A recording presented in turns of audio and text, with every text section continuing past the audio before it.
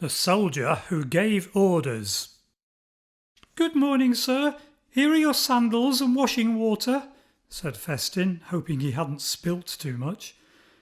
Quentus yawned and smiled. "Ah, thank you, Festin," he said. "You are learning to be a good servant." Festin trotted off happily. He liked working for his new master. Quentus was strict, but very kind. In his soldier's uniform he looked really important, because he was a centurion in charge of 100 men. That morning they set off through their town, Capernaum.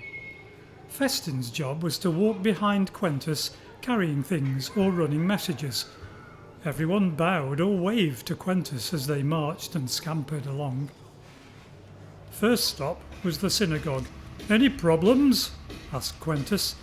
Just a small leak, sir," said the builder. "Ezra could fix it for us." "Right, Festin," ordered Quentus. "Run and fetch Ezra. Tell him to come straight away."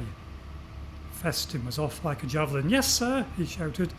And sure enough, that leak was fixed in no time.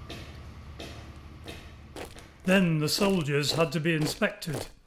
Quentus barked orders and they all obeyed. "Attention! Quick march! About turn!" Festin would have liked to join in. One day, Festin woke up in awful pain. He felt really ill and couldn't move at all. Quentus came to see him. "We must get you well again." But Festin didn't get better. He just got worse. Then Quentus had an idea. A man called Jesus was visiting Capernaum that day, and he was good at making people well. Quentus saw him in the distance and marched up to him. "Sorry to bother you, sir," he said to Jesus, "but my young servant can't move and is in terrible pain." "Then I will heal him," said Jesus. The people crowded round. "Yes, do help him, Jesus," they begged. "This centurion is such a good man. He even built our synagogue." The centurion went quite pink and looked hard at his toes. Then he cleared his throat. "Sir, I'm a soldier," he began, "so I'm used to giving orders. I tell this man, 'Come,' and he comes. I tell that man, 'Go,' and he goes. Well, you have much more power than I have.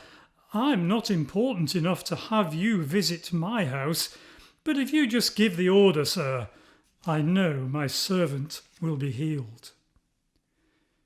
Jesus looked at him in amazement and delight. "Do you know," he said at last, "I've never met anyone who trusts me so much, anywhere before, not even in Israel." Then Jesus turned to Quentus. "You can go home now. Let your servant be healed, just as you believed he would be." Quentus bowed smartly, thanked Jesus, and marched home. His march soon turned into a gallop. He couldn't wait to see Festin. Just as he reached his doorway, Festin was bounding out, so they ran into each other, laughing and whooping with joy. For Festin was just as strong and just as bouncy as he had always been.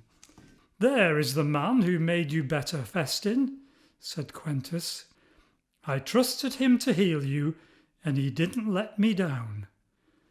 So they walked to Jesus to thank him.